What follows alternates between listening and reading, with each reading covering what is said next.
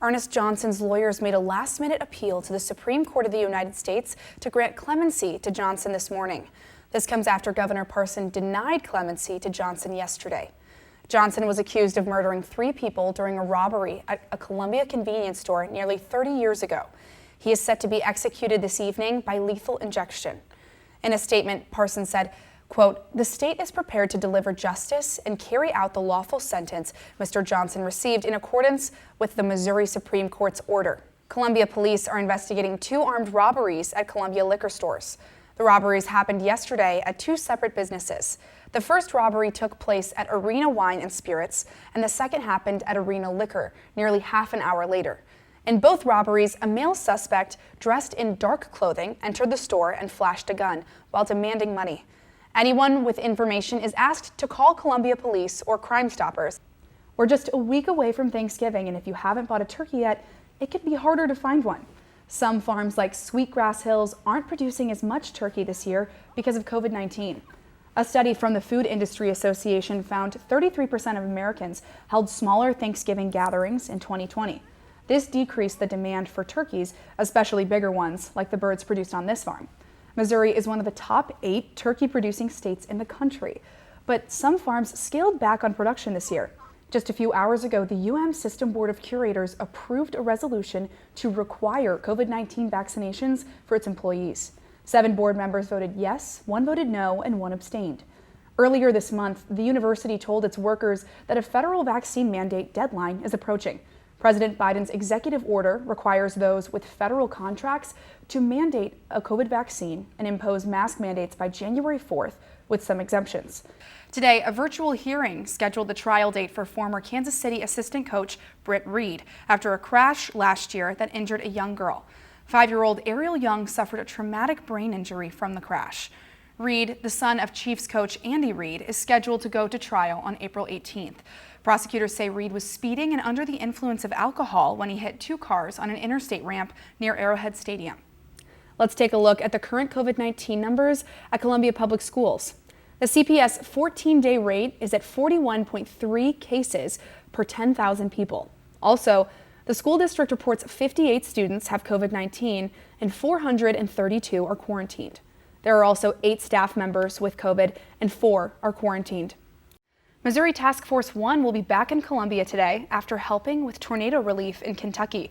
FEMA mobilized the team on Sunday after last Friday's tornadoes. The task force completed more than 1,600 searches and structural assessments in Mayfield. The searches evaluated the damage to buildings and looked for any potential victims inside these structures. The team's data will be merged with the data from other teams to determine the town's need during the recovery process. Chief Stephen Myers says he will retire on December 3rd, and this comes after almost 40 years of law enforcement service in the central Missouri area. Myers has served as the chief of Fulton Police since 2002 and created the Crisis Intervention Team concept, which trains officers to identify those in need of mental health assistance. The Missouri State Library is now the first state agency in the nation to offer online high school education to adults. The program gives participants 24 months to earn their high school diploma. People 18 years and up who have a library card and are in good standing with their library are eligible to apply. The Daniel Boone Regional Library is offering 8 full scholarships to the program, but it's received 12 applications so far. And the library is asking for donations to keep the program free for all participants because it believes in the power of education. Central Methodist University students are calling for accountability in cases of sexual misconduct. Students and faculty members attended a protest on the CMU campus yesterday. According to the student handbook, the highest punishment a student can get is suspension from the university. We spoke with a CMU student who was sexually assaulted on campus. She hopes change is coming soon. A report from the St. Louis Post-Dispatch showed Missouri ranks 48th nationally for vaccinated nursing home staff. As of August 15th, only 48% of staff in Missouri nursing homes had been vaccinated against COVID-19. Lenore Woods in Columbia announced staff needed to get the shot by September 1st. As of yesterday, 94% of its staff had gotten the vaccine. We spoke with one of the workers who says she got it for her job and her residence. United Airlines announced the indefinite suspension of flights out of Columbia Regional Airport, effective January 4th, 2022. The airline currently operates 2 daily flights to Chicago O'Hare And in a press release out this morning, the Columbia City Manager's office says the airline made the decision following limited resources and staffing impacts caused by the ongoing COVID-19 pandemic. Columbia Regional Airport is one of 8 locations being impacted by the indefinite suspension.